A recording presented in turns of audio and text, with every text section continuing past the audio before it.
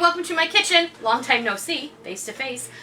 This morning is Sunday morning, and I thought it might be fun to share with you a no yeast cinnamon roll recipe. That's kind of a take on those refrigerator cinnamon rolls that you like to buy. Those things are so full of ingredients that you really don't want to be feeding your family. This is full of good wholesome ingredients that you already have in your fridge and on your pantry shelf. Let's go see how we make these.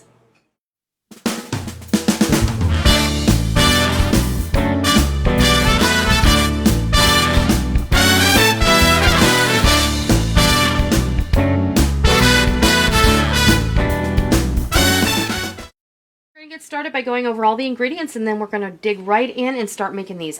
This is really a basic biscuit dough, and this is based on my buttermilk biscuits, and it's a smaller recipe because we're only filling a 9x13 pan with cinnamon rolls today. So the biscuit dough, the dough part itself, I have 3 cups of all-purpose flour. I'm going to use a tablespoon of baking powder, a teaspoon of salt, a teaspoon of vanilla powder. If you don't have this, you can either leave it out or you can sub it out with a teaspoon of vanilla extract.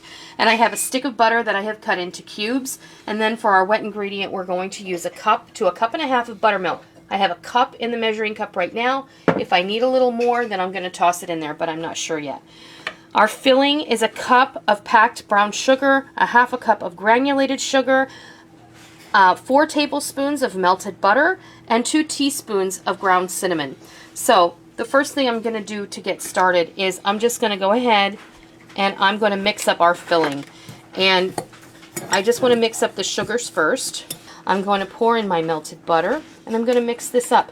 It should look like the consistency of wet sand after you have this mixed up properly. It's going to look like a hot mess at first, so don't worry. Okay, now flour, baking powder, salt, vanilla powder. If you don't have vanilla powder, add the vanilla extract into your buttermilk and give it a stir. That's all you have to do. Let me get another fork out and give this a quick stir around. And like I said, you don't have to add the vanilla at all. It's very nice though. It adds a lovely flavor and a lovely aroma while it's baking. All right, then we're going to toss in our butter cubes and give them a toss to keep them separate. This is just my own little deal. You don't have to do that if you don't want it. Take your pastry cutter. If you don't have a pastry cutter, you can use 2 butter knives to do this. You want to do this until your flour mixture resembles coarse crumbs or small peas. I've seen so many different explanations as to how it should look. But I'll show you what it's supposed to look like when I'm done here. So there we go. It should look like this. You see there's some larger pieces of butter and smaller, but if you go and squeeze it together, it almost holds together. That's exactly how you want it. Okay, now I need my fork back. Where did it go? Oh, okay. Put the buttermilk in, and the reason I'm holding back a half a cup of buttermilk is because it's really humid here today, and that does affect your baking. But I see that I'm probably going to want to add it, so let's see. That's a little over 1/4 of a cup. We'll go there. You want this to come together. You don't want it to be too terribly wet, but you want it to come together as a dough that you can roll out, okay? You don't want it to be soupy, for sure. And I'm going to add another splash because it is still a little bit dry. So adjust for your condition. Yes, exactly.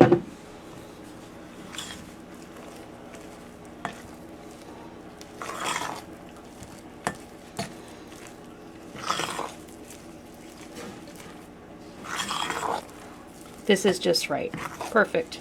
Okay. I'm going to get this stuff out of the way, and I'll be right back. All right, I have just floured my board. I cleaned everything else up, floured my board a little, and now I'm just going to give this a couple of turns until the dough feels strong enough to either pat or roll out into a rectangle.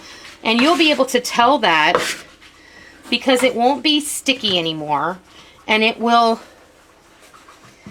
feel easy in your hands. You'll be able to pick it up without it giving you a problem. and it'll all be good. So right there, that's absolutely perfect. And now I'm gonna go get my rolling pin. It doesn't have to be as big as this board, but you want to roll it out, I would say no less than 1/4 inch thick, because if you roll it out thinner than that, it's going to be too difficult to turn into cinnamon rolls for sure. Okay, now what you want to do is take your filling that we made before we started, the dough, get that all in there. Spread this around. It doesn't also have to be perfect, but you do want somewhat of an even layer here. And don't spread it all the way out to the two long edges, otherwise you won't be able to seal it. Then we're going to start rolling it up. And you can just get your dough scraper and be gentle about it. It will eventually go. So I've seen some people make this where they do the demonstration and they don't show the rolling up part. They just show it magically rolled up. And I guess that's okay, but it didn't get that way by itself. All right. Now you can just roll it back towards you like this. Give it a little bit of a squeeze, but not too much. Don't misshape it. Give the ends a little pat, just like this, so everything is about the same, okay? Now it's easy. We're going to cut this into 12 pieces, so we're going to cut it into the middle, right? And then we're going to cut it into the middle again, and in half again, and then we're going to cut each half in 3, because 3 times 12, 3 times 12, 3 times 12 is 36, and we are not making 36. 3 times 4 is 12. 7 times 13 is 28. 7 times 13 is 28. Abbott and Costello taught us that. All